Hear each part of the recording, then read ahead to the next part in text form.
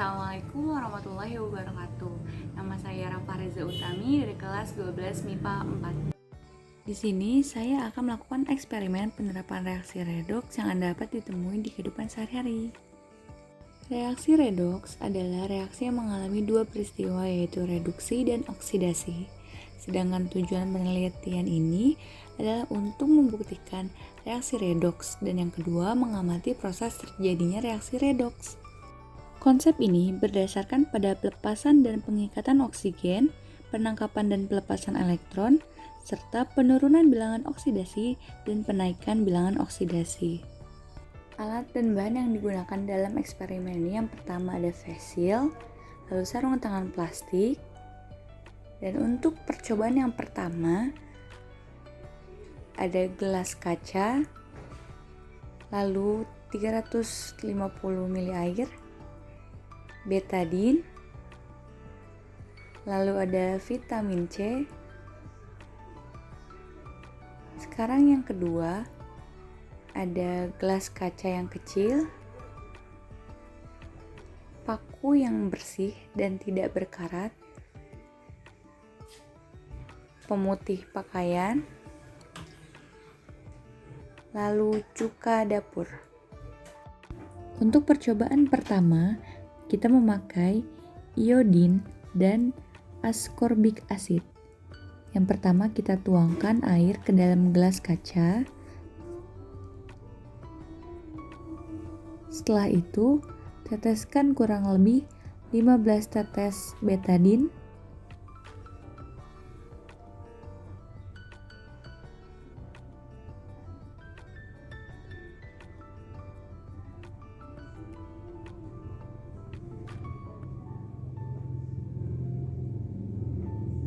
Setelah itu, aduk menggunakan pengaduk.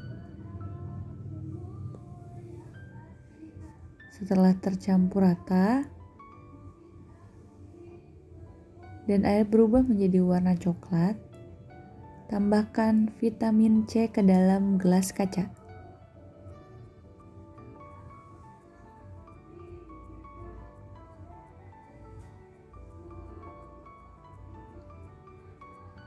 Lalu aduk kembali. Bisa kita lihat, air tiba-tiba berubah menjadi bening. Ini terjadi karena vitamin C atau asam askorbat berfungsi sebagai zat yang mengalami oksidasi, dan betadine berperan sebagai iodin.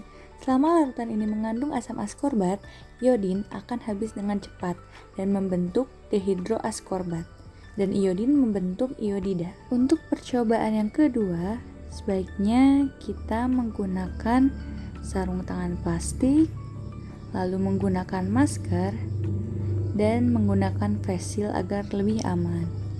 Dan sebaiknya untuk percobaan kedua ini dilakukan di luar ruangan, karena ketika pemutih dan cuka digabungkan, maka akan membentuk gas beracun, yaitu gas klorida.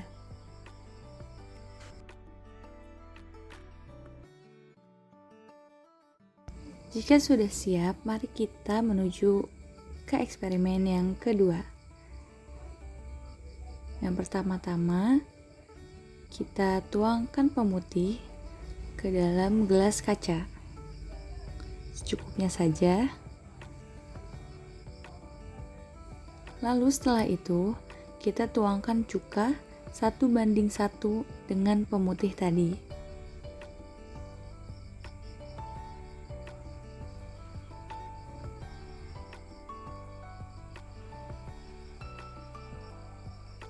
Setelah kita tuangkan cuka, lalu kita masukkan paku yang sudah kita siapkan tadi ke dalam gelas.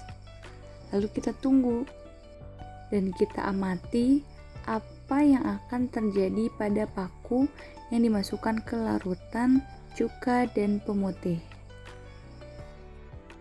Ini adalah video yang direkam saat mengamati paku tersebut. Bisa terlihat paku itu lama-lama menjadi berkarat. Terlihat paku sudah berkarat. Hal ini dikarenakan ion hidrogen positif dalam cuka mengkatalis penggunaan natrium hipoklorat atau pemutih yang berfungsi sebagai oksidator. Asam asetat pada cuka ini mengkatalis dan membuat rentan terhadap karat.